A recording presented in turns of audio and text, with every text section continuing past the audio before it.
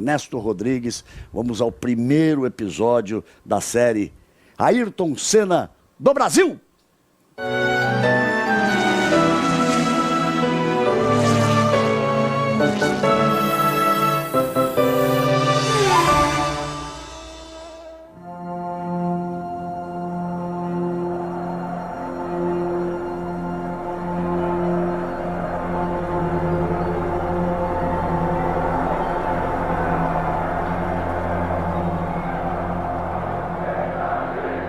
Vai começar o jogo no Parc des Princes, em Paris.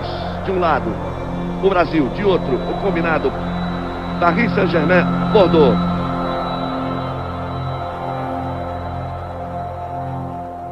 Uma semana antes dele morrer, teve o jogo Brasil-França no Parc des Princes, que ele deu o pontapé inicial. E que eu estava de repórter de campo. E foi a última vez que eu vi o Senna. E era programada uma foto que seria do Ayrton junto comigo, os dois possíveis tetras. O Brasil tetracampeão de futebol e o Ayrton Senna tetracampeão da Fórmula 1. Um tetra na Fórmula 1 era muito mais certo do que o tetra da seleção brasileira, porque Ayrton Senna, na melhor equipe do mundo, que era a Williams, era tetra garantido para nós. A gente vinha de 24 anos sem ganhar uma Copa do Mundo. Ganhamos em 70, então...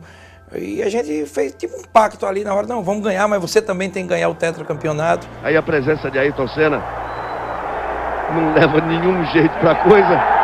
Deu o pontapé inicial, vai voltar pra tribuna.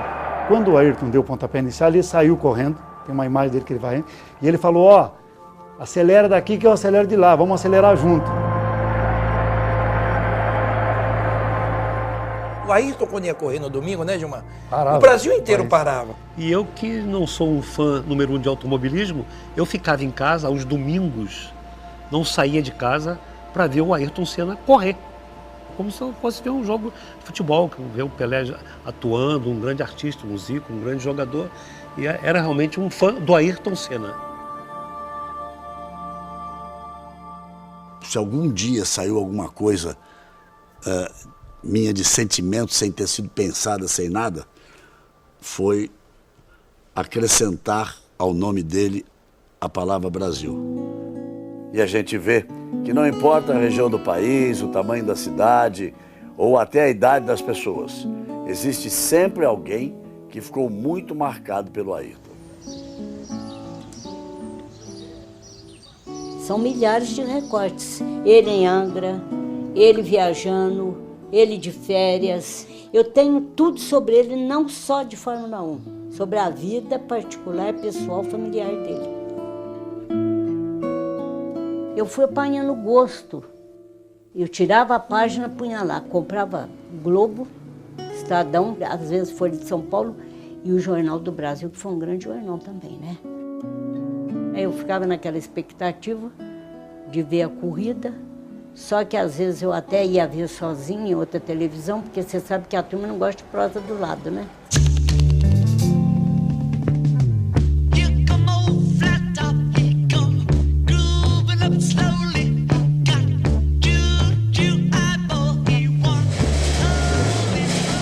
Aquele pôster, na verdade, eu só fui ter coragem de montar aquele quebra-cabeça muitos anos depois da morte dele, né? E eu coloquei lá porque é um simbolismo para mim, são as paixões. A paixão pelos meus carrinhos antigos ali e a paixão pelo Ayrton Senna. Eu acho que o esmero daquela restauração, aquela perfeição, acho que tem tudo a ver com ele, que sempre procurou guiar de uma forma perfeita, sempre tentou buscar a perfeição em tudo que fazia. Eu tenho alguns livros, tenho miniaturas que eu procurei colecionar e retratar toda a carreira dele. Tem as Tolemas, eu tenho as Lotus, eu tenho as McLarens, né? Tem a Williams, tenho, vamos dizer, os principais carros que ele correu. Ainda estou em busca aí dos Fórmula 3, mas ainda já vai ter.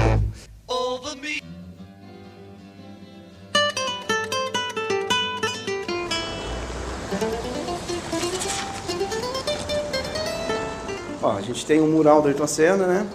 Tem o carro, a McLaren dele, um busto dele, né? Aqui, olha só, rapaz. Essa aqui que deu trabalho lá em Mônaco, aquela vez lá. Tem a foto dele levantando o troféu, lógico, né, cara? Tem as fotos do primeiro carro que ele guiou, foi a Williams, no teste, eu tenho a foto. Tenho ele na Lotus. Olha a cara dele. Você acha que ele está satisfeito ali? Eram manhãs assim que você podia dormir ao sábado, Senna tá largando lá para trás. Você pode acordar cedo, você pode tomar um bom café da manhã, que você vai ter garantia de um ótimo espetáculo. Eu não fazia programa algum quando tinha Fórmula 1. Tamanha era a paixão por Fórmula 1, tamanha era a paixão por acompanhar o Ayrton Senna. Ficava, não perdia nada, né? Um super-herói que a gente tinha quando criança que nos trazia vitória, música e inspiração nas manhãs de domingo. Mas começou a me chamar a atenção como era um momento em que a minha família inteira se reunia como se estivesse assistindo um filme de ação. E o Ayrton teve essa capacidade de fazer nós, brasileiros, nos sentirmos orgulhosos de sermos brasileiros. Cada vez que ele enfrentava o primeiro mundo no que ele tinha de mais avançado e vencia. O Senna mudou um pouco as manhãs dos domingos da televisão brasileira. Não é que a audiência tenha duplicado, não. A audiência quase que triplicou. O que o Senna fez com o automobilismo é que ele transformou o automobilismo em futebol. Domingo era dia de clássico. Corria de kart por causa dele. Eu lembro que quando eu tinha a imagem de Ayrton Senna na minha vida, assim, eu falava para o meu pai que eu ia ser a primeira pilota de Fórmula 1 da história. Quando me tornei adolescente, comecei no kart.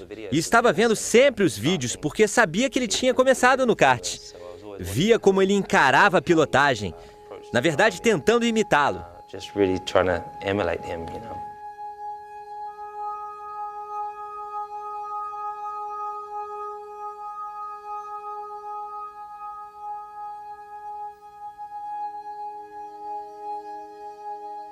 Pude conhecê-lo pessoalmente, a família, o pai, a mãe, todo mundo ia acompanhar ele nas corridas e ele era um fenômeno, estava ganhando tudo naquela época. Ele teve uma escola muito boa, né? Porque o pai dele deu a ele condições dele treinar muito. Quando o Ayrton foi pela primeira vez para o Mundial de Kart, tinha uma regra lá que cada país tinha que ter uma pintura ou uma cor especificamente. O meu pai falou, não, vamos fazer o capacete amarelo inteiro, que vai se destacar, e como estamos em pouco tempo, vamos fazer essas duas faixas como se saísse do olhar. Então fica verde, amarelo e azul.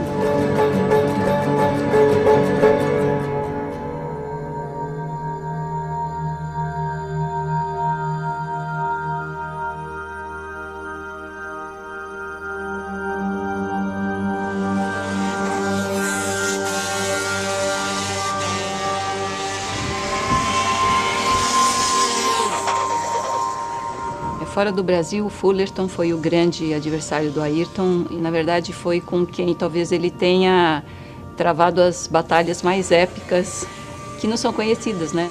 Fullerton foi o maior piloto de kart da década de 70 e 80, era um gênio, ele correu até os quase 40 anos. A referência de kart na época era o Fullerton. E o Ayrton tinha muita habilidade e era o título a ele conquistar, seria o título mundial de kart. Ele era realmente muito veloz, naturalmente veloz. Sua sensibilidade para os níveis de aderência era incrível. Foram sempre disputas muito limpas, duras, difíceis, mas sem colisões.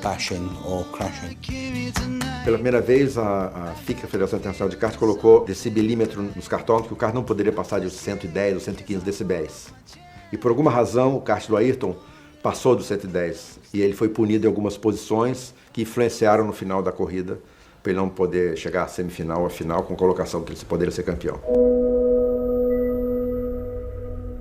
O negócio dele era correr e ganhar. E foi com o Fullerton que ele viveu isso. Se ele continuasse no kart, ele ia se tornar um piloto mais refinado. Mudaria com o passar dos anos. Eu não segui o mesmo caminho porque meu irmão mais velho morreu numa corrida de motos e minha família sofreria muito se eu corresse de carro, moto ou qualquer categoria mais perigosa do automobilismo. Então eu tinha alguns anos de experiência para usar a meu favor e foi isso que eu fiz. A razão mesmo de eu me dar bem contra ele foi experiência. Quando o Ayrton pensou em ir para a Inglaterra para poder disputar um campeonato, meus pais não eram a favor disso, mas acabaram concordando como uma experiência, né, para ele. Quando ele falou que queria correr de carro, eu falei, mas você não pode, você é muito estabanado, você não, sabe, ali é uma coisa de precisão.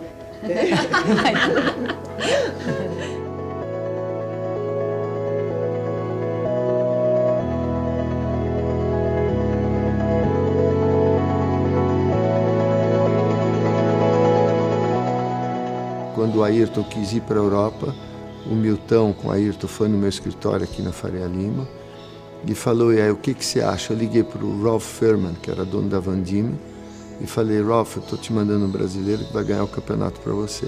Cuida bem dele. Mas não deu outra.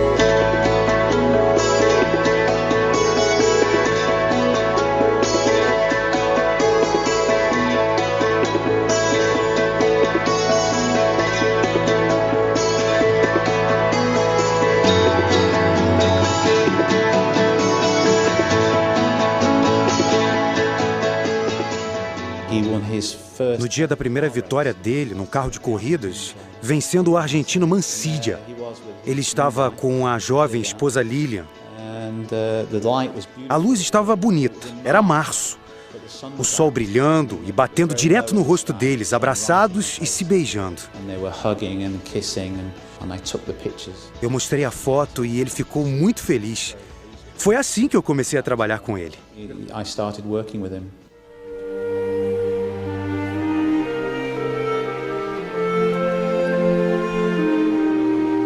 Acho que o que de fato contribuiu para o casamento não dar certo foi o fato dele ser muito novinho e a Lilian também. Os dois foram muito novinhos para viver juntos, que já é uma mudança grande na vida de uma pessoa, e num país diferente. Eu sempre achei que ela não gostava da Inglaterra e também ficava muito nervosa com as corridas. Eu acho que isso foi um problema para eles.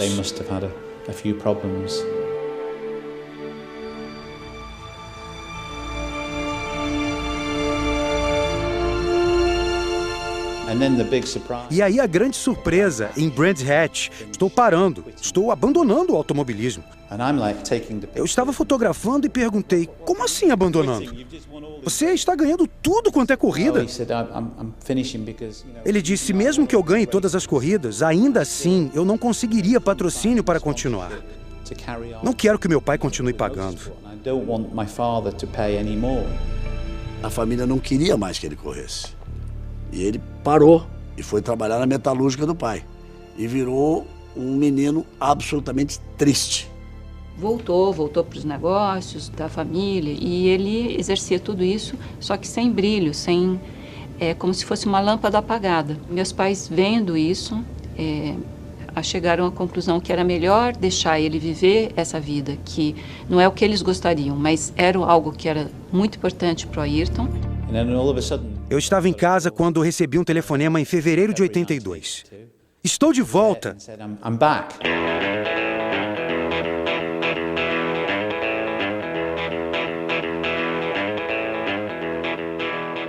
Primeira vez que eu o vi correr foi na Bélgica e ele ganhou a corrida, como aliás fazia sempre naquela época.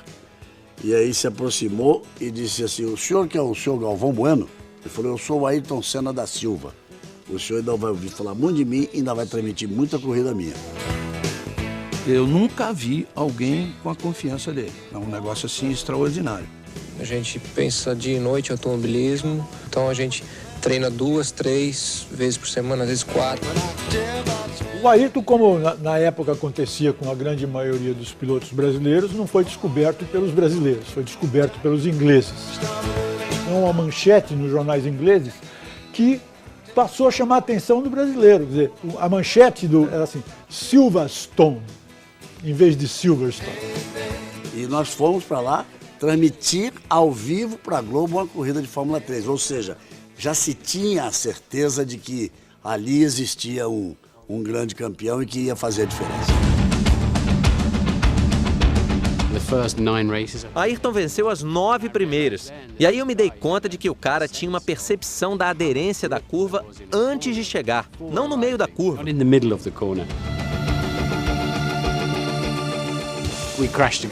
Nós batemos. Um dia o carro dele veio parar nos meus ombros. Em outro, batemos de lado em Snetterton.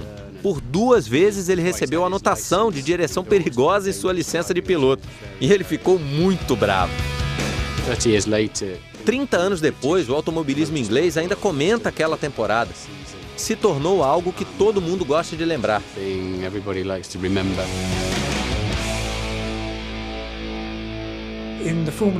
Na época da Fórmula 3, meus amigos da Fórmula 1 vinham ver e alguns diziam, ok, vamos esperar a Fórmula 1, ali vai ser muito mais difícil.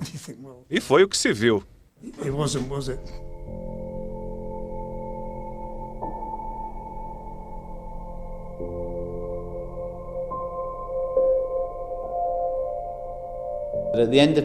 No final de 1983, o Frank Williams entrou em contato com ele e ofereceu um teste em Donington.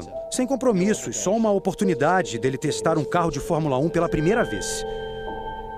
Ali não teve como, né? Não ficar fã de uma pessoa que, com aquela idade que ele tinha, com aquela confiança toda, naquele momento dele ali.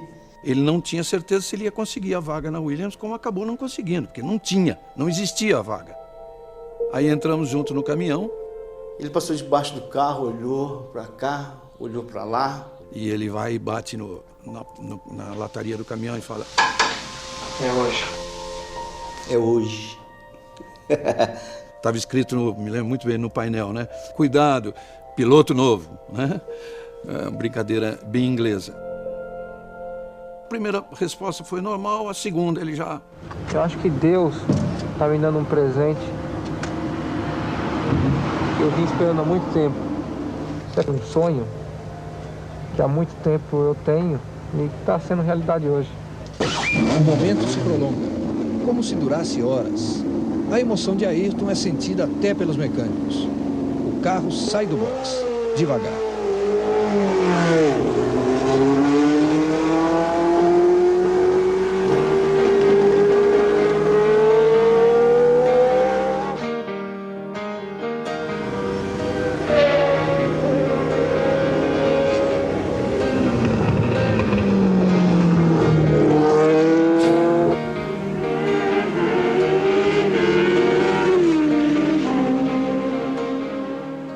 Fui em alguns trechos da pista e estava vendo um cara, esse cara, ele está mentindo, ele já andou de Fórmula 1 e não é a primeira vez.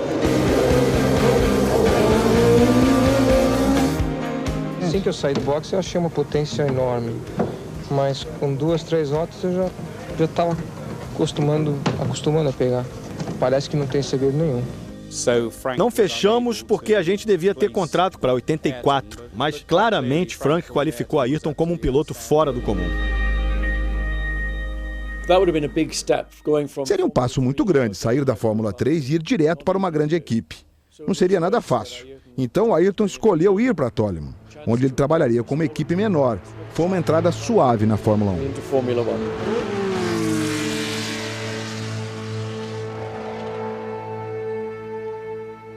E sem dúvida não um carro para ganhar uma corrida. Ele não vai ter condições de competir contra uma Ferrari, uma Renault, uma Brabham, mas um carro para subir no pódio. Mas acho que o boom mesmo, assim, Kyalami ele já tinha mostrado o início todo do que seria a carreira dele. Ele já conseguiu a façanha de marcar ponto. E é bom lembrar que... Só marcavam 6. Eram só 6 que marcavam pontos, né? A bandeirada preta e branca para Niclauda. Terminada a corrida, vai no parque fechado, para o carro e ele não saía do carro. A gente ajudou ele a sair do carro, porque ele sozinho não sairia. O braço assim, totalmente enrijecido. Mas eu não conseguia guiar o carro, rapaz, impossível. Um peso que eu nunca senti na minha vida, pô. E foi a corrida inteira assim, e o motor falhava ainda. Porque naquele tempo não tinha esse negócio de ficar bebendo água, a direção era dura, então a coisa era no braço. Ele não estava preparado fisicamente. Ele subestimou a duração de uma corrida, de um grande prêmio. Aí eu expliquei para ele, isso é inacreditável, você tem um coração assim, de passarinho. Porque bate, mas não manda sangue para lugar nenhum. É por isso que você desmaia. E tem uma frase dele logo a seguir ali que me lembra muito e que marcou, passou a ser uma característica dele. Ele disse, esse brinquedo aqui é completamente diferente. Tenho que mudar minha vida e mudar o meu preparo físico. Começou a ser o ponto forte dele. Porque ninguém fazia trabalho. Ele foi o precursor da preparação física, mental, emocional na Fórmula 1. Bem, amigos da Rede Globo, a partir de agora, estamos ao vivo da cidade de Monte Carlo, no Principado de Mônaco, onde daqui a pouco será corrida a 6ª etapa do Campeonato Mundial de Pilotos de Fórmula 1 em 1984. Ele, com uma Toleman, fez um estrago num grande prêmio memorável e aquilo despertou atenção. E acho que todo mundo que curtia a Fórmula 1 olhou um para a cara do outro e falou, opa, o cara é bom. Ayrton Senna está na 7ª fila. Os Carlos teve dificuldade na largada. Mansell bateu quando liderava e Prost era o líder. Prost vai recuperar a ponta. Está mandando forte demais o Mansell. O Ayrton se segurando, vai para terceiro. Ele foi muito bem em Mônaco. Foi uma corrida incrível. E imediatamente nós percebemos que o Senna era especial. Vai tentando colocar do lado de fora. Vai com muito apetite e passa por Niki Lauda. Incrivelmente rápido. Ele sabia o que estava fazendo. E daquele momento em diante, ninguém teve uma carreira tão fora do comum como ele. Dá um show em Monte Carlo, brasileiro Ayrton Senna. Um tal de Jacques X, um belga, viu que o Alain Prost ia perder aquela corrida. Aí resolveu dar uma ajudinha, né, ao francês e terminou a corrida. Vai ser dada a bandeirada para Prost. Ele lentamente vai parando. Não, o Ayrton passou direto. O fato de você olhar no rosto dele que ele não estava feliz naquele pódio de Mônaco com o 2º lugar na chuva mostra que ele procurava muito mais. O mais engraçado do Grande Prêmio foi depois, né? Tudo que aconteceu depois. A consequência. O fato da corrida ter se encerrado antes, ela dizia o regulamento, valeram os pontos pela metade. Se tivesse continuado a corrida 3 ou 4 voltas, já teria completado 75%, então ele somaria 9. Como ele somou 4,5, no final do campeonato, o Niki Lauda ganhou o campeonato dele, Prost, por meio ponto. Ou seja, se o Jack Hicks tivesse deixado seguir a corrida, o Ayrton teria conquistado a vitória naquela corrida. E o Prost teria feito 6 pontos. E o Prost seria pentacampeão do mundo.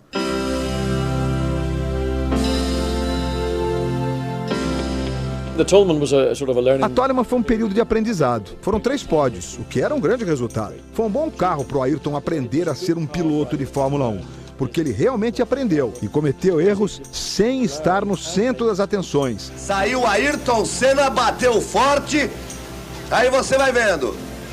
Vinha muito bem na prova Ayrton Senna. Eu era um fã do Prost, mas o Senna era diferente. E aí ele consegue a ultrapassagem na freada da paddock. Mostrou tudo que sabe aí Ayrton Senna. E aí teve o GP de Portugal, quando ele desafiou as McLaren. E olha o Lauda em cima do Ayrton, quer o 3º lugar. Ayrton Senna e Niki Lauda. Não estava muito claro no início, mas que tinha um sujeito fora de série, absolutamente extraordinário como piloto, como profissional. Nascia um herói. Essa imagem é bonita de se ver. O grande Lauda e quem sabe, o futuro grande Ayrton Senna. Aí a gente pensou, isso é numa Toleman. Imagine o que ele vai fazer com a Lotus no ano que vem.